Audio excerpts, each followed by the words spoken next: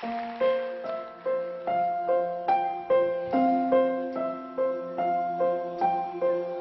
tomorrow comes, I'll be on my own. Feeling frightened of the things that I don't know. When tomorrow comes, tomorrow comes, tomorrow comes. And though the road is long, I look up to the sky. And in the dark I found stuff that I won't find. And I sing along, then I sing along. I got all I need when I got you inside. A look around me to see a sweet light. I'm stuck in a dark, but you're my flashlight. You're getting me through the night. Can't stop my heart when you're shining in my eyes. Headlight, it's a sweet night. Stuck in a dark, but you're my flashlight. You're getting me through the night.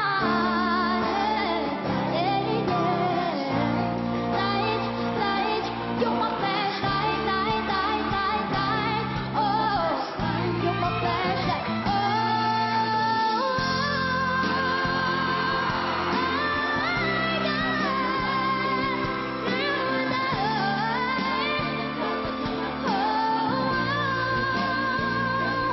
Through the night, shining in my eyes, sweet light. You're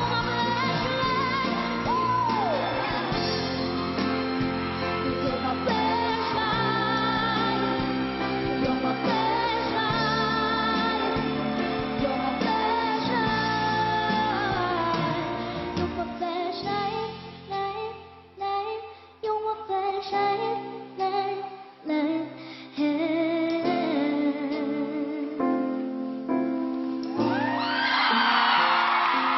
You're my flashlight.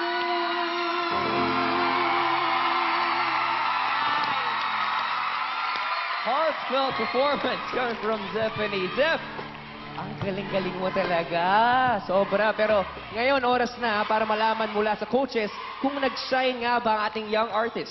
Coach Leia. Stephanie, ang laki ng naging growth mo mula blind auditions mo to battles to sing-offs.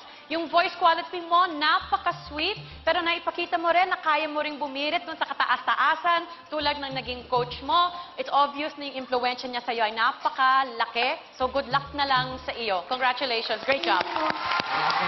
Coach Sarah, ngayon naman, tanong natin kung ano ang masasabi ng iyong coach, Coach Sarah.